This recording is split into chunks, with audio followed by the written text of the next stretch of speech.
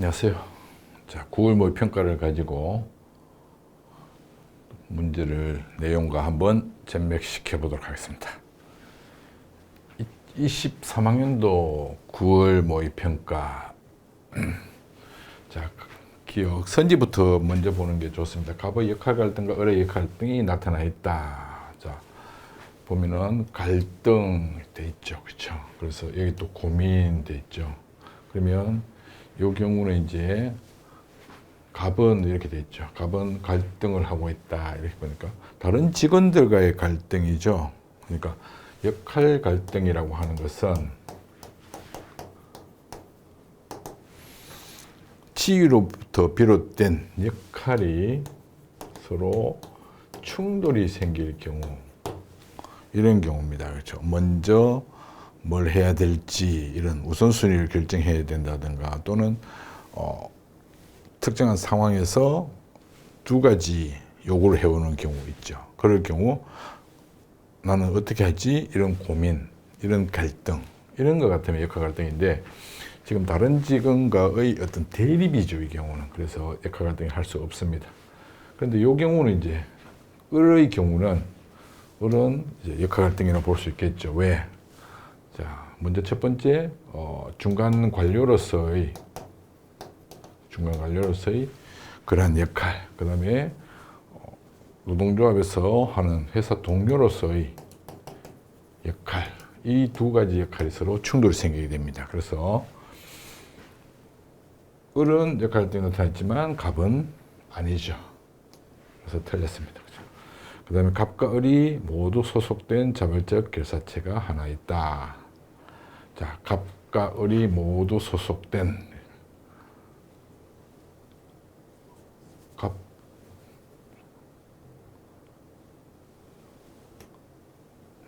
같은 노동조합. 노동조합도 자발적 결사체입니다. 그죠? 그래서 맞는 선지가 됩니다. 갑과 을이 모두 소속된 공식적 사회화기관. 공식적 사회화기관이라고 하는 것은 사회화가 목적이어야 됩니다. 그런데 지금 내용을 봐서는 사회가 목적인 학교라든가 학원이라든가 이런 것들은 언급이 없죠. 그래서 틀렸습니다. 갑이 소속된 공식 조직, 회사, 그 다음에 을이 소속된 회사, 그 다음에 을이 소속된 비공식 조직, 을이,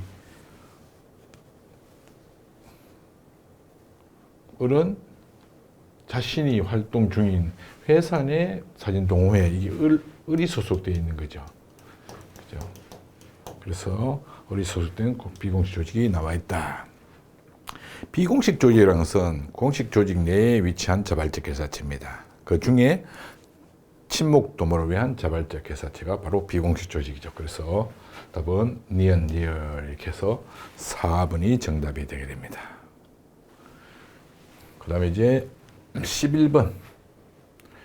A, B, A는 단순 반복적 업무 수행으로 저하되는 구성원의 자율성을 높이기 위한, 그러니까 관료제가 문제점을 가지고 있어서 이런 의미죠. 그래서 A는 탈관료제에 대한 설명이 되고, B는 자의성을 줄이는, 자기 스스로 뭔가 자기 뜻에 의해서 업무를 처리하는 방식, 이걸 줄인다는 거죠. 그래서 엄격한 절차, 체계, 역할 이런 것들이 구분되어 있는 것이 관료제죠. 그래서 과업 수행의 절차 예측 가능성이 없다. 관료제에 대한 설명입니다. 그렇죠? 그러면 B는 이렇게 되어야 되죠. 그래서 틀렸습니다.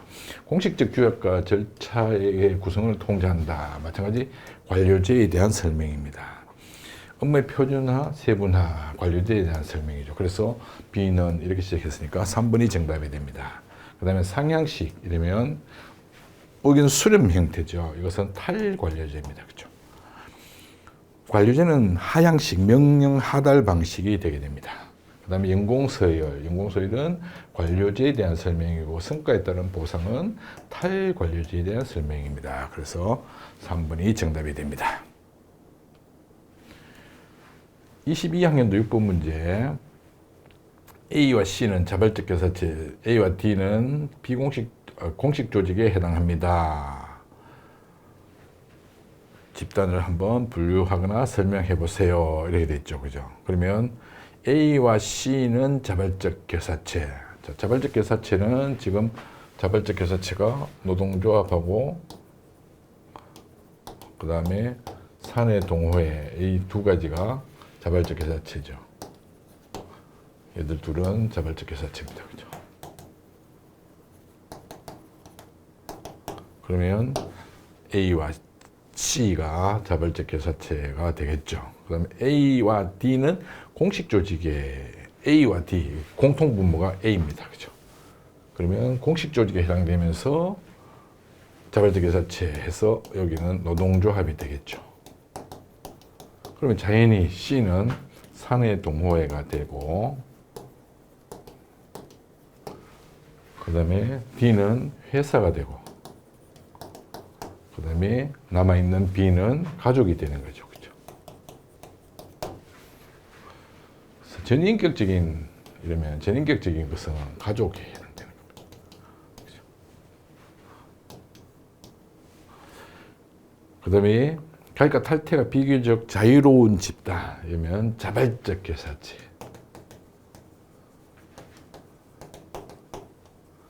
자발적 교사체, 노동조합, 그 다음에 사내 동호회 이런 것들인데 B는 가족이죠.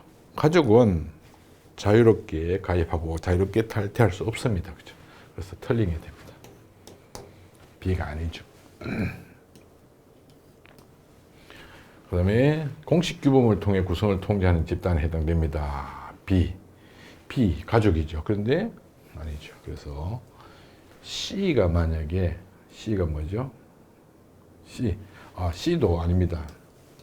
C도 사내 동호회는 공식 규범하고 관계 없습니다. 그렇죠? 공식 규범하고 관계 있는 것들은 뭐냐면은 노동조합이라든지 그다음에 회사라든지 이런 경우에 해당됩니다. 그렇죠? 그다음 CD는 모두 뚜렷한 목적을 가진 과업지향적인 집단.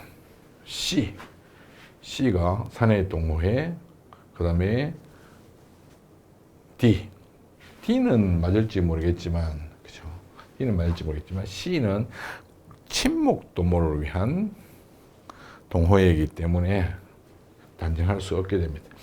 ACD는 이익사회고 B가 가족이죠. 그래서 5번이 정답이 되게 됩니다. 그렇죠? 그러니까 공동사회가 6가지밖에 없다 그랬죠. 그 6가지 가족, 친족, 민족, 문중, 또래, 그 다음에 마을 공동체 이렇게 6가지. 이 6가지만 잘 기억하면 됩니다. 그 외엔 전부 이익사회다. 21학년도 13번 문제 한번 살펴봅시다. 공통의 관심과 목표에 따라 자발적으로 결성했는가에 따라 B와 D는 A와 C와 구분된다. 이렇게 했는데 A, C가는 B, D와 구분된다. 이렇게 해도 같은 말이 되게 됩니다. 왜냐하면 예, 아니요, 예 이런 관계가 형성이 되기 때문에 구분한다 이렇게 하면 논리적으로 아무 문제 없죠. 그렇죠? 그래서 헷갈려 하는 경우가 있을 수 있다는 이제 생각이 드는데 그렇게 헷갈리지 않아도 됩니다. 가끔 이제 이런 걸 가지고 질문하는 학생들이 있었습니다. 그래서 B와 D는 AC와 구분된다. 선택 의지에 따라서 ACD를 구분할 수 없다. 그럼 ACD는 뭐예요? 이익사회죠. 그럼 이익사회 이러면 가족이 이제 B가 되게 됩니다. 그렇죠? 그럼 B는 가족이 되게 되고 공통의 관심 자발적으로 결성된다. 그럼 여기는 아니요가 되겠죠. BD는 그렇죠. 그러면 학교 이것도 마찬가지 공통의 관심사에 따라서 또는 목표에 따라서 자발적으로 결성한 것이 아니죠. 그냥 공식 조직일 뿐입니다. 그렇죠. 그러면 A와 C는 이제 자발적 교사체죠. 이건 자발적 교사체에 대한 질문이니까. 명시적 규약과 체계화된 업무 수행 방식을 갖추었는가? A, D 이러면 B가 가족이니까 그러면 D니까 학교니까 A가 회사가 되겠죠. 그죠? 시민단체가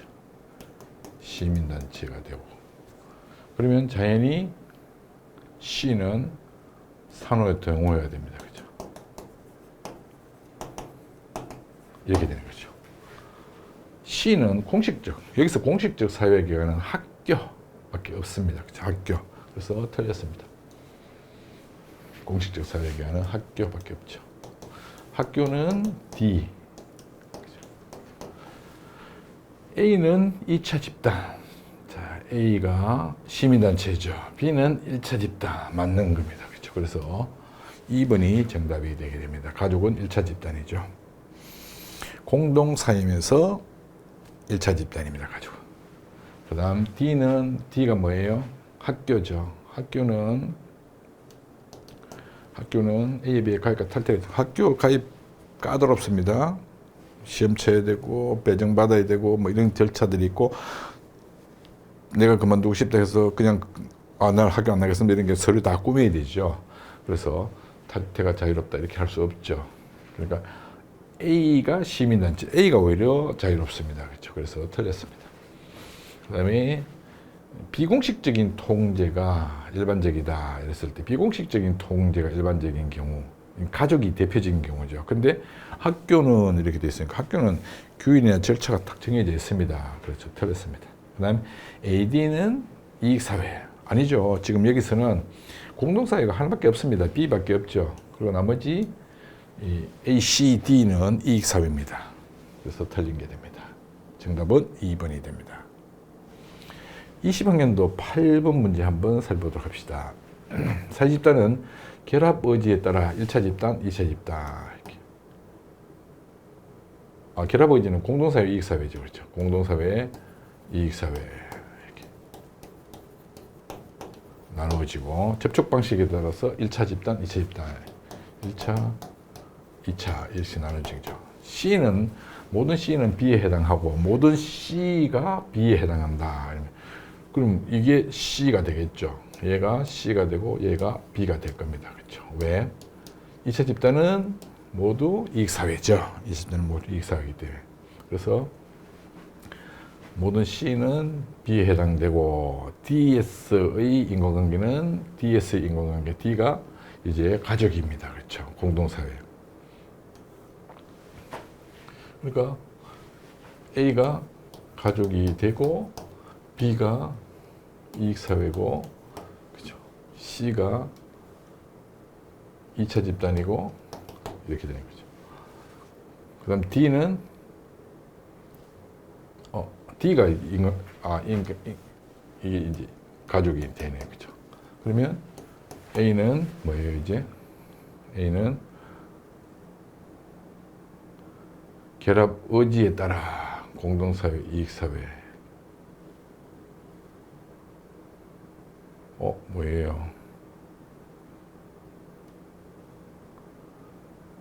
D가, 이게 가족 1차 집단이죠. 1차 집단. 그렇죠. 1차 집단입니다. 그렇죠. 왜냐하면 접촉 방식에 따라 구분하는 거니까 이게 가족이 맞는 거죠. 그렇죠. 그래서 순간 좀 헷갈렸습니다. 그렇죠. A에서는 A가 뭐예요? A, 가족입니다. 형식적 수단적인 관계가 아니고 전인격적인 관계입니다. 그렇죠. 형식 수단 관계는 2차나 이익사회에 해당됩니다. 그래서 틀렸습니다. 비공식적 제재가 가족이죠. 가족. 그죠. 1차 집단에서도 일반적으로 이제 비공식 제재가 나타나기도 합니다. 근데 C는 2차 집단이기 때문에 2차 집단은 공식적인 제재가 나타나게 됩니다. 그래서 틀렸습니다. 그 다음 B에 해당되는 모든 집단은 E에 해당된다. B가 이익사회지 아니죠. 그죠? 이게 반대로 바뀌어야 됩니다. 그렇죠? 2차 집단은 모두 이익사회다. 이렇게 돼야 되죠. 그래서 틀렸습니다. 모든 자발적 자체는 F에 해당된다. 이 F를 안 했네요. 그죠? E는 목표명으로 구조화된 상호작용이 이루어지는 조직이고, F는 그러면 이제 공식 조직이고, 그죠? 그 다음에 F는 E를 전제로 하는 비공식 조직이죠. 이렇게 됩니다. 그렇죠? 그래서 모든 자발적 개사체는 F에 해당된다. 아니죠. F가 자발적 개사체, 비공식 조직이 자발적 개사체 중 하나입니다. 그렇죠? A에서 F에 해당되는 집단 모두 중거 집단이 될 수 있다.